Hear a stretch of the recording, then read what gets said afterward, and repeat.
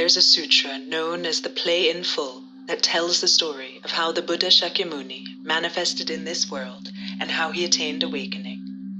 Over 27 chapters, the sutra first presents the events surrounding the Buddha's birth, his childhood, and his adolescence in the royal palace of his father, king of the Shakya nation. It then recounts his secret escape from the palace and the years of hardship he faced in his quest for spiritual awakening. Finally, the sutra reveals his complete victory over the demon Mārā, his attainment of awakening under the Bodhi tree, his first turning of the wheel of Dharma, and the formation of the very early Sangha. The following excerpts are abridged from chapters 21 and 22, Conquering Mārā and Perfect and Complete Awakening. When the Bodhisattva bathed in the Naranjana river and enjoyed a meal, his physical strength came back to him, and he now began to walk towards the great Bodhi tree. As the Bodhisattva walks towards the seat of awakening, rays of light stream forth from his body, pacifying the lower realms and causing all unfortunate states to cease. All beings with impaired faculties recover their senses. Anyone who suffers from disease is healed. Anyone feeling discomfort attains happiness. All who are struck with fear find release. At that moment, all sentient beings are relieved of harms inflicted by attachment, anger, ignorance, wrath, greed, cruelty, ill will, envy, and jealousy. At that moment, no one experiences dying, moving to the next life, and taking birth. At that moment, everyone engenders love, altruism, and a feeling that all beings are each other's mothers and fathers. Nevertheless, knowing he must also satisfy the intellect of those who lack dedication, the Bodhisattva picks up a bundle of grass on which to sit, and he sits down like a lion, like a hero, in a powerful, steady, diligent way. Meanwhile, Mārā awakens from a dream filled with omens as to what may happen to him and his entourage should the Bodhisattva awaken, and he is so terrified that he gathers his armies, his retinue, his generals, and his gatekeepers and implores them to advance to destroy the monk seated at the king of trees. Awful forms of demonesses, flesh-eaters, and hungry spirits, one-eyed, limping, with hunger in their eyes, run towards the Bodhisattva with outstretched hands, distorted faces, and terrifying cries. Such an army of demons stretch 80 leagues on every side. Unmoved, the Bodhisattva embraces Mārā and his demonic retinue with thoughts of love and compassion.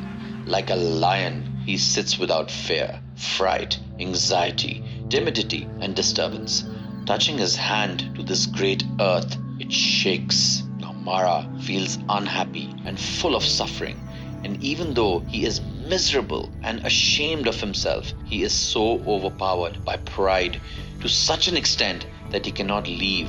He cannot turn back and flee. Instead, he rallies his men on further and sends his daughters to seduce the Bodhisattva.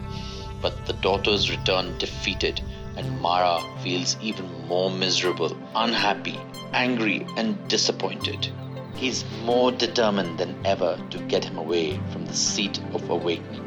And although the gods who attended upon the Bodhisattva try to discourage Mārā, he is not deterred. I am Lord of Desires and Master of the Universe. I rule over gods, demigods, humans, and animals. All of them fall under my control. So, get up. Since you're in my realm, follow my orders.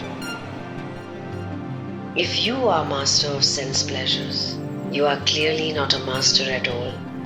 Look who I am in reality. I am a master of the Dharma. If you are a master of sense pleasures, you should not go to the lower realms. While you watch powerlessly, I shall attain awakening.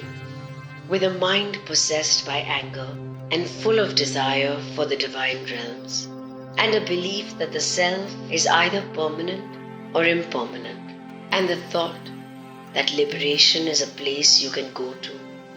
With such mistaken preconceptions, past sages practiced austerities.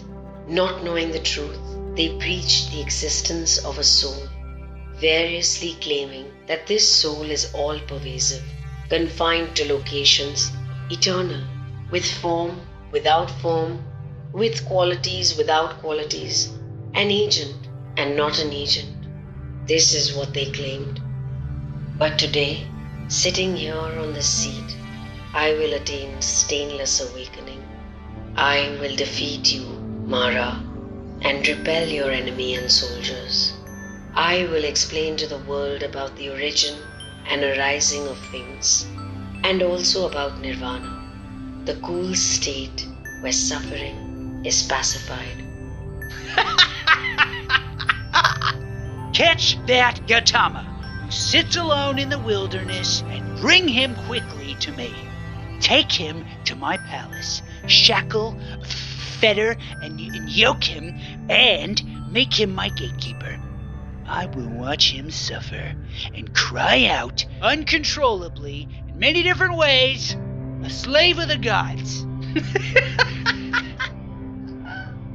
It is possible that someone can make drawings in the empty sky, or catch the blowing wind with a lasso, or make the bright sun and moon fall from the sky to the earth.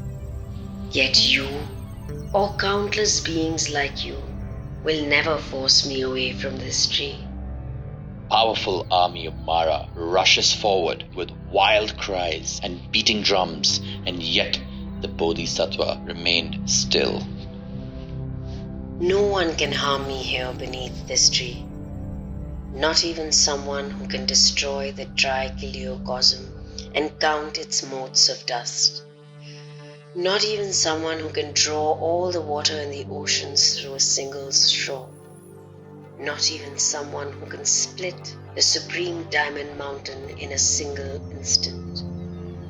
Mārā raises his sword and threatens to cut the Bodhisattva away like a bamboo twig, and his armies hurl erupting volcanoes at him, as well as trees with their roots, and copper and iron. They rain down iron balls, and bolts of lightning and swords and poisoned arrows shatter the earth's surface. They attack him from all sides, and yet he witnesses this army of demons.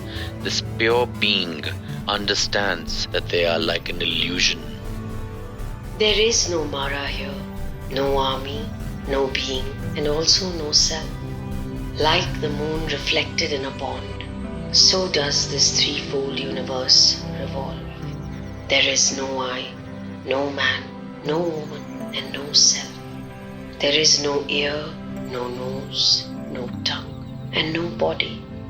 No one created these phenomena, and no one experiences them. They arise in dependency and are empty both from within and without. As he proclaimed the truth that all phenomena are empty, the Yakyas, who are agreeable to discipline, received the weapons in their hands to be flower garlands. This earth is my witness. In the past, I have made millions of elaborate sacrifices and never denied those who petitioned me. Water and fire and wind are my witnesses, and so are Brahma, the Lord of beings, the moon, the sun and the stars. The Buddhas in the 10 directions are my witnesses. My discipline, practice, and the superior branches of awakening are all my witnesses. Generosity, discipline, and patience are my witnesses. Diligence, concentration, and knowledge, the 4 limitless contemplations, and the 5 higher knowledges are my witnesses. In fact, all the gradual practices of awakening are my witnesses. The gods proclaim. At this supreme seat, you have conquered with love the wicked army of demons. Hero, today you shall attain awakening. The 10 powers, the unique qualities, the distinct realizations, and the experiences of a Buddha you shall attain today. An adept among beings, a lotus on the lake of wisdom has appeared.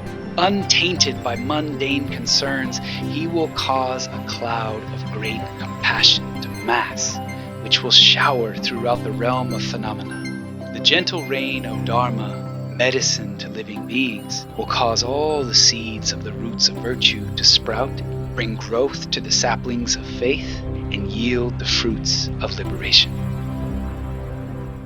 After his enlightenment under the Bodhi tree, the Buddha began to teach the Dharma, and did so for the next 45 years.